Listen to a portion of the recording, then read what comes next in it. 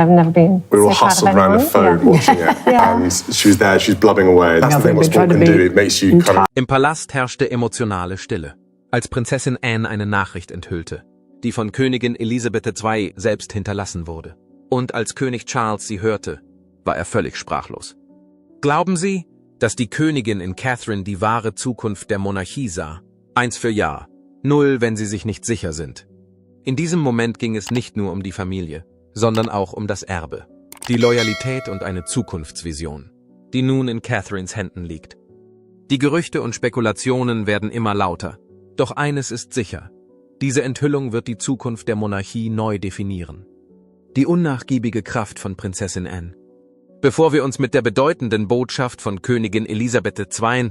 Über Prinzessin Catherine befassen, ist es wichtig, die Frau zu verstehen, die im Mittelpunkt dieser Enthüllung steht, Prinzessin Anne. Im Vergleich zu anderen Mitgliedern der königlichen Familie hat sich Anne immer dadurch ausgezeichnet, dass sie das einzige Kind von Königin Elisabeth II. Und Prinz Philip, Herzog von Edinburgh, ist. Im Gegensatz zu ihrem Bruder, König Charles, und ihrer verstorbenen Mutter, die häufig im Rampenlicht standen, hat Anne ihre königlichen Pflichten mit einer ruhigen und entschlossenen Haltung wahrgenommen. Möglicherweise ist Prinzessin Anne die Königin mit der unermüdlichsten Arbeitsmoral, da sie der Verantwortung den Vorrang vor Auszeichnungen einräumt. Widerstandskraft, Selbstbeherrschung und ein unerschütterlicher Sinn für Verantwortung sind die bestimmenden Merkmale ihres Lebens. Anne hat ein Leben geführt, das von Selbstaufopferung und unerschütterlicher Hingabe geprägt war, ganz im Gegensatz zu der herkömmlichen Vorstellung, dass das Leben einer Prinzessin von Glanz und Gloria erfüllt ist. Sie hat ihre Aufgaben erfüllt, ohne die Aufmerksamkeit auf sich zu lenken, und sie hat sich der Monarchie mit einer Arbeitsmoral gewidmet, die von fast allen anderen übertroffen wird. Ihr unermüdliches Engagement hat ihr im Laufe ihres Lebens Respekt eingebracht, nicht nur in der Öffentlichkeit, sondern auch bei ihren Zeitgenossen in der königlichen Familie und sogar bei ihren Gegnern. Hinter ihrer unerschütterlichen Loyalität verbirgt sich jedoch eine kompliziertere Seite von Anne, die durch den Druck des königlichen Lebens und die hohen Erwartungen, die von klein auf an sie gestellt wurden, geprägt wurde. Die heikle Familiendynamik, die nur selten von der Öffentlichkeit wahrgenommen wird, wurde durch ihre Verbindung zu ihrer Familie, insbesondere zu König Charles und Königin Camilla, ans Licht gebracht. Die jüngsten Ereignisse haben eine Seite von ihr zum Vorschein gebracht, die vielen Menschen vorher nicht bewusst war, obwohl sie ihren Pflichten immer große Bedeutung beigemessen hat. Jetzt, da Gerüchte über den Abschiedsbrief von Königin Elisabeth II. An Prinzessin Catherine die Runde machen, wird überdeutlich, dass Annes Funktion innerhalb der Monarchie weitaus wichtiger ist, als viele Menschen es je erwartet hätten. Bevor wir uns jedoch mit den Einzelheiten des Briefes der verstorbenen Königin befassen, sollten wir einen kleinen Schritt zurückgehen. Welche Art von Beziehung hatten Königin Elisabeth II. Und Prinz Philip zu Anne, als sie noch jung war? Was waren die Ereignisse, die ihr halfen, sich zu der starken und selbstbewussten Frau zu entwickeln, die sie heute ist? Bleiben Sie dran, wenn wir die ganze Geschichte aufdecken. Die beeindruckenden Anfänge von Prinzessin Anne. Die prägenden Jahre von Prinzessin Anne waren in keiner Weise typisch. Als erstes Kind von Prinzessin Elizabeth und Prinz Philip, Herzog von Edinburgh, wurde sie am 15. August 1950 im Clarence House in London geboren. Sie war die erste Tochter des königlichen Paares. Sie wurde bei ihrer Ankunft mit Begeisterung empfangen, doch ihre Erziehung war mehr von Pflichtbewusstsein als von der Wärme eines typischen Familienlebens geprägt. Annes Mutter wurde Königin Elisabeth II., als sie gerade einmal 18 Monate alt war, ein einschneidendes Ereignis, das die Art und Weise, wie Anne aufwuchs, nachhaltig verändern sollte. Annes Mutter bestieg den Thron und wurde Königin Elisabeth II. Sie war nicht nur die Tochter einer Prinzessin, sondern nun auch die Tochter einer Königin. Eine Position, die mit weitaus höheren Erwartungen verbunden war, als die meisten Kinder zu fassen bekamen. Anne und ihr älterer Bruder Charles wuchsen aufgrund der monarchischen Pflichten unter den aufmerksamen Augen von Gouvernanten und Kindermädchen auf. Ihre Mutter war häufig mit den schwerwiegenden Verpflichtungen der Krone beschäftigt, sodass sie nur wenig Zeit für die Erziehung der Kinder hatte. Annes frühe Jahre waren kontrolliert, distanziert und geprägt von der unausgesprochenen Erwartung, sich mit Eleganz und Beharrlichkeit zu verhalten. Dies steht im Gegensatz zu den idyllischen Kindheiten, die man sich häufig für Königskinder vorstellt. Anne hat Königin Elizabeth immer unterstützt und die enormen Opfer, die mit der Führung einer Nation verbunden sind, anerkannt. Auch wenn die Öffentlichkeit den Eindruck hat, dass sie eine distanzierte Mutter ist. Schon in jungen Jahren konnte sie begreifen, dass die Abwesenheit ihrer Mutter nicht auf mangelnde Liebe zurückzuführen war, sondern auf eine Aufgabe, die wichtiger war als ihre eigenen Wünsche. Diese Abwesenheit hinterließ jedoch eine Lücke, die Anne schließlich auf ihre eigene Art und Weise füllte. Das Ergebnis war die Herausbildung einer Persönlichkeit, die sich durch Stärke, Selbstgenügsamkeit und ein unerschütterliches Pflichtgefühl gegenüber anderen auszeichnet. Wenn es um den typischen königlichen Beruf geht, steht Prinzessin Anne an der Spitze. Anne wurde im Alter von 13 Jahren auf die Benenden School in Kent geschickt. Die Benenden School ist eine angesehene Schule, die für ihre Fähigkeit bekannt ist, junge Damen zu selbstständigen und disziplinierten Persönlichkeiten zu formen. Der Wechsel war alles andere als einfach, obwohl dieser Weg für königliche Sprösslinge häufig beschritten wurde. In einem so jungen Alter von zu Hause weg zu sein, umgeben von den Erwartungen sowohl der Monarchie als auch ihrer Klassenkameraden, war für sie eine herausfordernde und einschüchternde Erfahrung. Anne hingegen blühte trotz der Schwierigkeiten, die sie durchlebte, auf. Ihr schulischer Erfolg war ein Verdienst ihrer Brillanz und ihres Elans, denn sie konnte 6 General Certificate of Secondary Education, GCSE, und 2 Advanced Level A-Level Abschlüsse erwerben. In Annes Leben ging es in dieser besonderen Zeit nicht nur darum, akademische Leistungen zu erbringen, sondern es wurde auch der Grundstein für die Frau gelegt, die sie schließlich werden sollte. Eine Frau, die nie vor ihrer Verantwortung davonlief, die ihre Pflicht immer über alles andere stellte und die schließlich ein Vermächtnis an Widerstandsfähigkeit hinterließ, das unter den Mitgliedern der königlichen Familie seinesgleichen sucht. Skandal, Widerstandsfähigkeit und ein Moment des unerschütterlichen Mutes. Ihr Privatleben verlief alles andere als geradlinig, obwohl Prinzessin Anne schon immer für ihr Engagement für die königlichen Pflichten und ihre Leistungen im Reitsport bekannt war. Als sie am 14.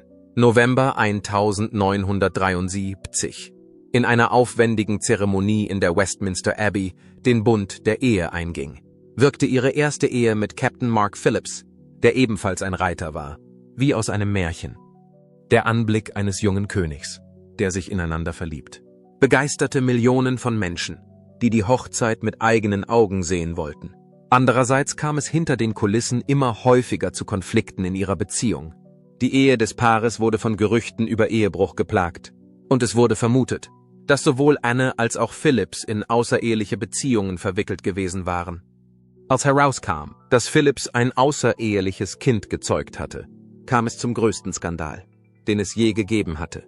Die Nachricht löste sowohl in königlichen Kreisen als auch in der Öffentlichkeit Schockwellen aus und belastete die Beziehung, die sich ohnehin schon in einem prekären Zustand befand, weiter. Das Paar ging im Jahr 1989 getrennte Wege und die Scheidung wurde 1992 offiziell vollzogen. Anne gelang es, während der gesamten öffentlichen Auflösung ihrer Ehe ihre Fassung zu bewahren. Sie weigerte sich durch Schande oder Skandale definieren zu lassen, wer sie zu sein glaubte. Im Gegenteil, sie verhielt sich mit der gleichen Hartnäckigkeit, die schon seit langem ein charakteristisches Merkmal ihrer Persönlichkeit war. Anne ließ nicht zu, dass ihr persönliches Elend ihre Hingabe an die Pflicht in den Schatten stellte, was einmal mehr ihre Fähigkeit unter Beweis stellt, Schwierigkeiten mit ruhiger Stärke zu bewältigen. Dies steht im Gegensatz zu vielen öffentlichkeitswirksamen Scheidungen. Ihre zweite Ehe hingegen unterschied sich grundlegend von ihrer ersten Ehe. Am 12. Dezember 1992 heiratete Anne in Schottland den Kommandanten Timothy Lawrence in einer persönlichen und intimen Zeremonie. Ihr Wunsch nach einer bescheideneren und solideren Beziehung spiegelte sich in der kleinen Feier wider, an der nur enge Verwandte und Freunde teilnahmen. Fernab von den unerbittlichen Blicken der Öffentlichkeit bauten Anne und Lawrence ein gemeinsames Leben auf, das auf friedlicher Hingabe beruhte. In ihm fand sie Gesellschaft und ein Gefühl der Gelassenheit, das sie in ihrer vorherigen Ehe nicht hatte finden können. Obwohl Annes persönliches Leben von Kontroversen und Widerstandsfähigkeit geprägt war, ereignete sich eines der prägendsten Ereignisse ihres Lebens nicht in Herzensangelegenheiten, sondern in einem Moment unglaublicher Tapferkeit. Am 20. März 1974 wurde sie mit einem lebensbedrohlichen Umstand konfrontiert, der ihr Image als eines der tapfersten Mitglieder der königlichen Familie für immer festigen sollte.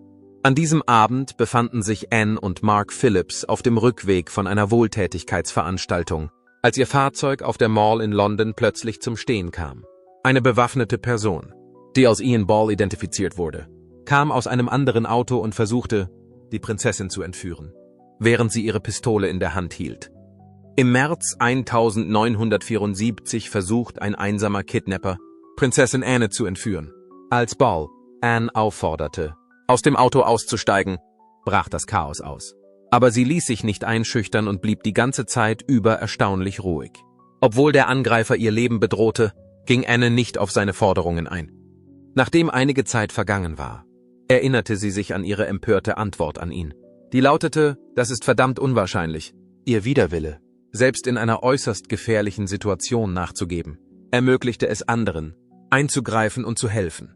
Zusammen mit Annes persönlichem Sicherheitsdienst konnte ein Passant namens Ron Russell, der früher an einem Boxwettbewerb teilgenommen hatte, den Angreifer so lange festhalten, dass Anne fliehen konnte. Der Entführungsversuch löste im ganzen Land Empörung aus, und es wurden dringend Änderungen an den Vorschriften zum Schutz des Königshauses vorgenommen. Doch es war mehr als das.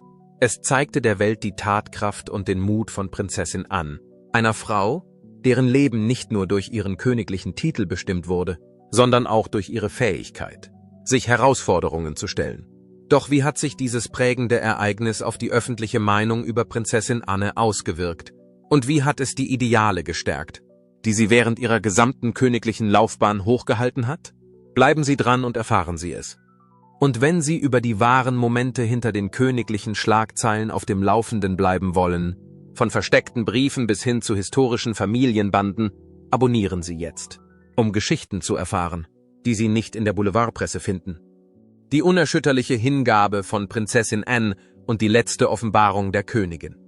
Über viele Jahre hinweg galt Prinzessin Anne als eines der gewissenhaftesten und zuverlässigsten Mitglieder des britischen Königshauses. Doch sie wählte einen anderen Weg, der von stiller Resilienz, unerschütterlicher Hingabe und einer unnachgiebigen Arbeitsmoral geprägt war. Während andere Menschen häufig im Mittelpunkt der öffentlichen Aufmerksamkeit standen, befand sie sich in einer anderen Situation. Im Laufe mehrerer Jahrzehnte hat sie an mehr Auftritten teilgenommen als jedes andere Mitglied der Familie. Darüber hinaus hat sie sich für mehr als 300 Wohltätigkeitsorganisationen engagiert und königliche Aufgaben übernommen, ohne dass sie dafür Anerkennung suchte. Ihre Methode hat ihr großen Respekt eingebracht, nicht nur bei den Mitgliedern der königlichen Familie, sondern auch bei der breiten Öffentlichkeit im Vereinigten Königreich, die ihr unermüdliches Engagement zu schätzen weiß.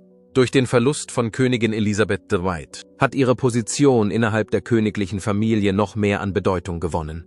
In der Zeit, in der ihr älterer Bruder, König Karl III, den Thron bestieg, wurde Anne zu einer seiner vertrautesten und treuesten Anhängerinnen unter seinen Gefolgsleuten.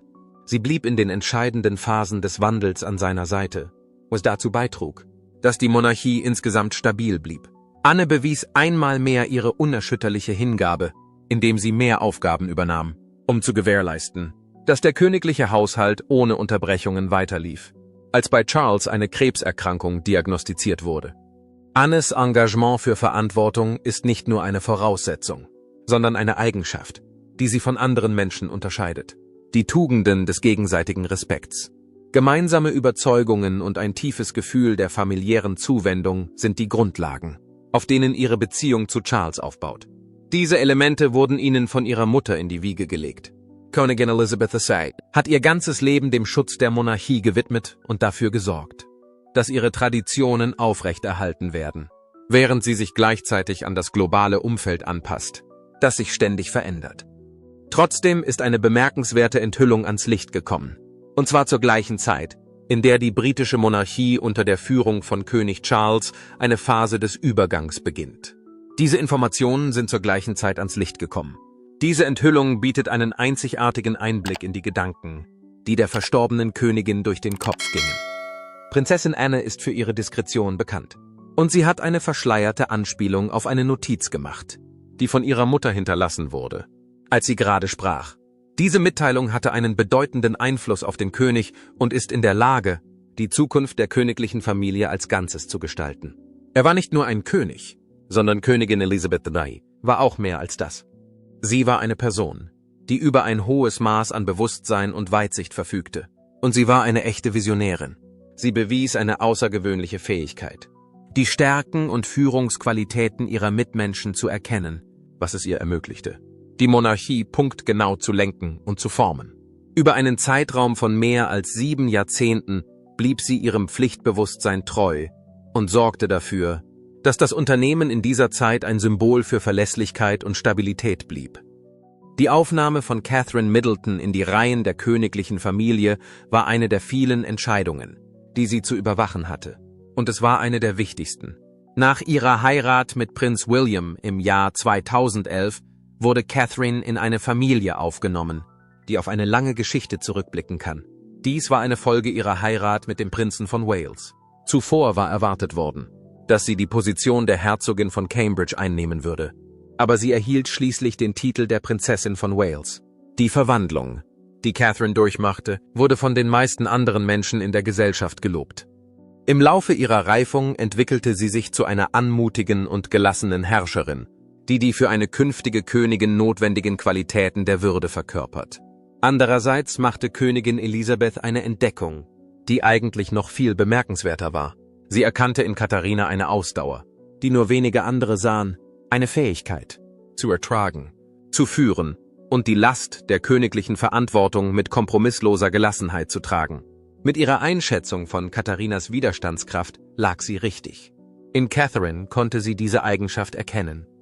Aus diesem Grund beschloss die Königin, König Karl eine Abschiedsbotschaft über Katharina zu schicken, bevor sie starb. Dieser Brief sollte eine tiefgreifende Wirkung auf König Karl haben. Doch was genau hatte die Königin zu sagen? Was machte ihre Äußerungen so bedeutsam? Was bedeutet diese Entdeckung für die Zukunft der Monarchie und ihre Umstände? Die bemerkenswerte Enthüllung von Prinzessin Anne. Prinzessin Anne gehört seit langem zu den Mitgliedern der königlichen Familie, die ihre Arbeit am hingebungsvollsten und gewissenhaftesten verrichten. Sie war immer eine beständige und verlässliche Präsenz innerhalb der Monarchie und ist bekannt für ihre geradlinige Haltung und ihr unerschütterliches Engagement bei der Erfüllung ihrer Pflichten. Die Beziehung, die sie zu ihrer Mutter, Königin Elizabeth II, unterhielt, basierte auf tiefem Vertrauen und gegenseitiger Vertrautheit. Wenn die Königin Anne etwas Außergewöhnliches anvertraute, tat sie dies bei einem ihrer vielen privaten Treffen. Diese erstaunliche Tat sollte König Charles III. Später in völliges Erstaunen versetzen. Bei einem privaten Treffen hochrangiger königlicher Persönlichkeiten traf Prinzessin Anne die Entscheidung, eine Nachricht der verstorbenen Königin zu übermitteln, mit der niemand, nicht einmal Charles, gerechnet hatte. Der Monarch ist in dieser Hinsicht der wichtigste Faktor, denn er ist das Fundament der Monarchie. Als sie weitersprach, wurde es still im Saal. Die Tragweite ihrer Ausführungen war nicht zu leugnen. Und selbst König Charles, der sein ganzes Leben damit verbracht hatte, die Feinheiten des königlichen Lebens zu verhandeln, war von ihren Ausführungen sichtlich beeindruckt. Anne ist der Meinung, dass Königin Elisabeth I den Wert der Funktion von Prinzessin Catherine innerhalb der königlichen Familie neu erkannt hat. Diese Überzeugung wurde von Königin Elisabeth zum Ausdruck gebracht. Sie beobachtete etwas, das über die Eleganz und Würde, die Catherine in der Öffentlichkeit zeigte, hinausging. Anne erinnerte sich daran, dass ihre Mutter gesagt hatte, sie ist die Zukunft. Die Königin war der Meinung, dass Prinzessin Catherine diejenige sein würde, die die Einheit der königlichen Familie aufrechterhalten und damit die Kontinuität und Stabilität der Monarchie gewährleisten würde. Dies war die Sichtweise der Königin. Für König Karl, der sich zu diesem Zeitpunkt in dieser Position befand, hätte der Zeitpunkt des Eintreffens dieser Nachricht nicht besser gewählt werden können. Seitdem er den Thron bestiegen hat, wurde er mit einer Vielzahl von Herausforderungen konfrontiert. Differenzen innerhalb seiner eigenen Familie, veränderte Erwartungen der Öffentlichkeit und die Probleme, die Prinz Andrew geplagt haben, zusätzlich zu den Spannungen, die zwischen Prinz Harry und Meghan Markle entstanden sind. Die Monarchie steht derzeit mehr denn je auf dem Prüfstand, und infolgedessen besteht ein ständiger Bedarf an Stabilität innerhalb der königlichen Familie. Diese Forderung besteht schon seit geraumer Zeit. In diesen schrecklichen Zeiten ist Prinzessin Catherine ein Leitstern der Stabilität und Stärke geblieben und hat einen Charakter bewiesen, der sich durch ruhigen Mut und Ausdauer auszeichnet. Trotz der Tatsache, dass einige Mitglieder der Familie unter der Last des königlichen Lebens zu leiden hatten, ist sie ihren Verpflichtungen treu geblieben. Sie verkörpert die Qualitäten, die Königin Elizabeth am meisten bewunderte, nämlich Verantwortung, Eleganz und unerschütterliche Hingabe an den Dienst. Sie ist ein perfektes Beispiel für diese Qualitäten. Als Karl den Glauben seiner Mutter an die Bedeutung Katharinas hörte, muss es für ihn sowohl beruhigend als auch unglaublich emotional gewesen sein. Für Charles war Catherine eine höchst bedeutende und wichtige Person. Es ist wichtig zu wissen, dass die Botschaft der Königin nicht nur eine Würdigung der Position war, die Prinzessin Catherine jetzt einnimmt, sondern auch ein Plan für die Zukunft. Elizabeth, die Königin von England, war in der Lage, den Zeitpunkt vorauszusehen, an dem die königliche Familie Catherine aufgrund ihrer jahrzehntelangen Erfahrung und ihrer außergewöhnlichen Intelligenz mehr als je zuvor benötigen würde. Zu diesem Zeitpunkt wäre ihre Fähigkeit, ein Gleichgewicht zwischen den sich ständig ändernden Anforderungen der modernen Welt und den Traditionen der Vergangenheit herzustellen, absolut notwendig, um zu gewährleisten, dass die Monarchie weiterhin den Respekt und die Bedeutung genießt, die ihr zusteht. Das Konzept, einen Beitrag zu leisten, ist ihr sehr wohl bewusst. Der Legende nach wurde Anne von der Königin informiert, nicht in der Absicht, Ruhm oder Anerkennung zu erlangen, sondern weil es das ethisch Richtige ist. Diese Sätze fassen alles zusammen, wofür Prinzessin Catherine im Laufe ihres Lebens und auf ihrem Weg steht. Ihr ganzes Leben lang hat sie sich für wirklich wichtige Dinge eingesetzt, wie die Förderung kleiner Kinder und die Aufmerksamkeit für die Belange der geistigen Gesundheit. Sie hat nicht nur die Verpflichtungen, die mit einem königlichen Leben einhergehen, angenommen, sondern sie hat diese Verantwortung auch neu interpretiert. Sie hat dies getan, indem sie gezeigt hat, dass es bei der Zugehörigkeit zur königlichen Familie nicht um persönliches Prestige, sondern um den Dienst am nächsten geht. Die Enthüllung der Königin zu einer Zeit, in der die Monarchie am Scheideweg steht, wirft eine wichtige Frage auf, die sorgfältig geprüft werden muss. Inwiefern wird Prinzessin Catherine eine wichtige Rolle für die Zukunft der königlichen Familie spielen? Seien Sie dabei, wenn wir die Wahrheit herausfinden. Und bleiben Sie bei uns. Der wachsende Einfluss von Prinzessin Catherine innerhalb der Monarchie. Die Entwicklung von Prinzessin Catherine innerhalb der königlichen Familie war im Laufe ihres Lebens von Eleganz, Entschlossenheit und einem immer größer werdenden Verantwortungsbewusstsein geprägt. Dieser Werdegang ist durch die 3 oben genannten Eigenschaften gekennzeichnet. Ihr Weg ähnelt auffallend dem ihrer Tante, Prinzessin Anne, deren unerschütterliches Engagement für die Pflicht seit langem bewundert wird. Ihr Weg ist dem von Prinzessin Anne sehr ähnlich. Je mehr sie in der Öffentlichkeit steht, desto mehr erkennt sie Parallelen zwischen sich und der anderen Person. Anne, die für ihre nüchterne Einstellung und ihre rigorose Arbeitsmoral bekannt ist, hat einmal gesagt, dass der Druck, dem jüngere Royals ausgesetzt sind, häufig größer ist als der, dem ältere Royals ausgesetzt waren. Diese Aussage wurde im Rahmen eines Dokumentarfilms gemacht. Sie wies darauf hin, dass die ständige Beobachtung durch die Medien mit der Einführung sozialer Plattformen noch intensiver geworden ist, was das Leben in der Öffentlichkeit noch schwieriger macht. Diese Bemerkung machte sie angesichts der Tatsache, dass es soziale Plattformen gibt. Im Gegensatz zu Anne, die ihre königlichen Aufgaben ohne den zusätzlichen Druck der sozialen Medien erfüllen konnte, ist Catherine mit einer Welt konfrontiert, in der jeder Schritt in Echtzeit analysiert wird. Im Gegensatz zu Anne, die ihre Aufgaben ohne die Hilfe der sozialen Medien erfüllen konnte. Trotzdem hat sie eine bemerkenswerte Ausdauer bewiesen und trotz der Herausforderungen, die das moderne Königtum mit sich bringt, ein ruhiges Temperament bewahrt. Catherine und Anne haben eine Verbindung, die auf gegenseitigem Respekt und den gemeinsamen Überzeugungen beruht. Obwohl Anne und Catherine unterschiedliche Aufgaben innerhalb der königlichen Familie haben, dient Annes umfangreiches Wissen als Leitfaden für Catherine. Catherine erhält Ratschläge von Anne. Beide Damen wurden bei der Zusammenarbeit in einer Vielzahl von Initiativen beobachtet, was beweist, dass sie ein tiefes Verständnis dafür haben, was es bedeutet, der Königin zu dienen. Ihre Versuche, zusammenzuarbeiten, zeigen, dass sie sehr genau wissen, was es heißt, der Monarchin zu dienen. Ein gewisses Maß an Stabilität wird auf lange Sicht durch die Monarchie gewährleistet. die im Einklang mit der Verfassung funktioniert. Anne, die ihren Beruf jahrzehntelang mit ruhiger Entschlossenheit ausgeübt hat, gibt Catherine ein Beispiel dafür, wie man ein Gleichgewicht zwischen Pflicht und Authentizität herstellen kann. Anne ist es, die Catherine dieses Beispiel liefert. Hinter dem Begriff Mentoring verbirgt sich mehr, als man auf den ersten Blick sieht.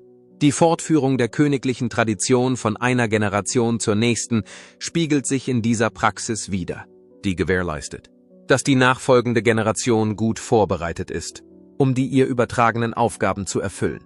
Die wachsende Autorität Katharinas wurde durch eine kürzlich gemachte Entdeckung, die von der ganzen Welt gelobt wurde, noch viel deutlicher als in der Vergangenheit.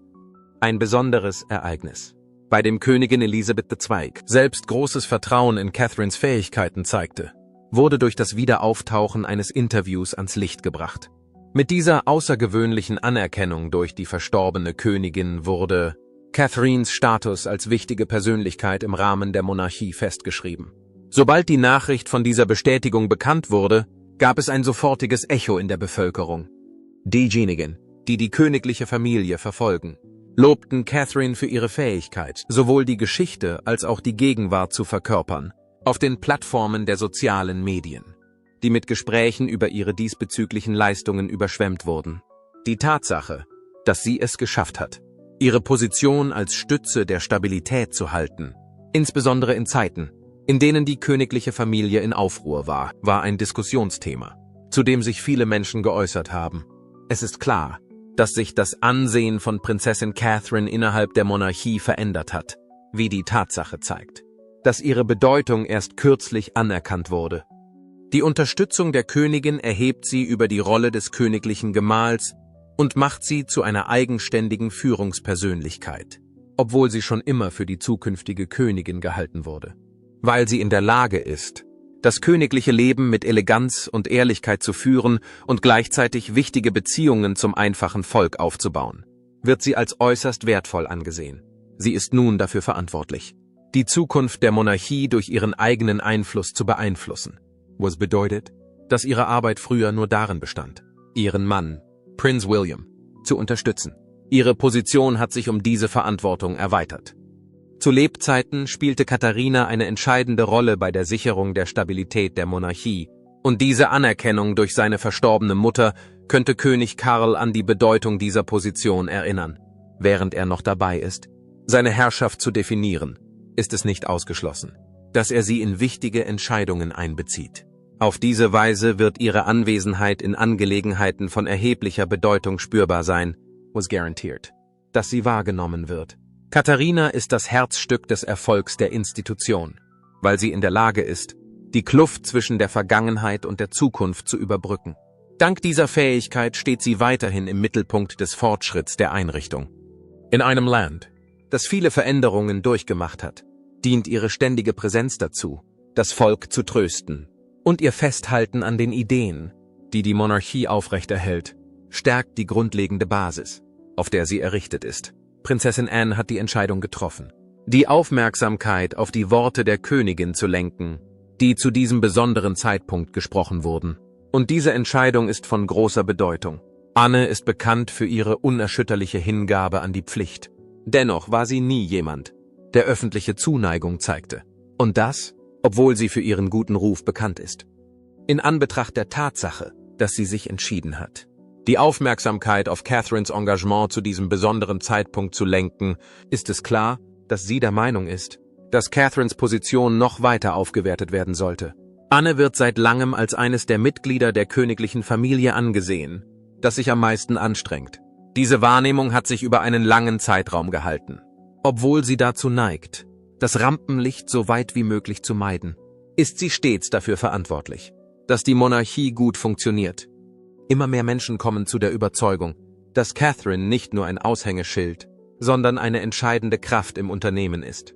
Dieser Gedanke gewinnt zunehmend an Popularität. Diese Ansicht erhält durch die Unterstützung von Catherine noch mehr Gewicht. Die Bedeutung des Zusammenkommens der königlichen Familie auf dem Weg in eine neue Ära kann gar nicht hoch genug eingeschätzt werden. Es gibt keine Möglichkeit, dies zu tun.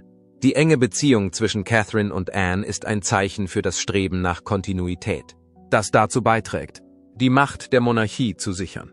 Dies ist der Fall, obwohl sich die Welt ständig verändert. Obwohl Katharinas Reise noch nicht abgeschlossen ist, wird eines deutlich: Ihr Einfluss breitet sich rasch aus. Dies wird immer deutlicher. Glauben Sie, dass Catherine eines Tages als eine der Großen der Monarchie in Erinnerung bleiben wird? Schreiben Sie uns Ihre Meinung in die Kommentare. Wenn Sie diese Geschichte bewegt hat, geben Sie ihr ein Like, teilen Sie sie mit anderen königlichen Beobachtern und abonnieren Sie sie, um weitere rührende Wahrheiten aus dem Inneren des königlichen Kreises zu erfahren.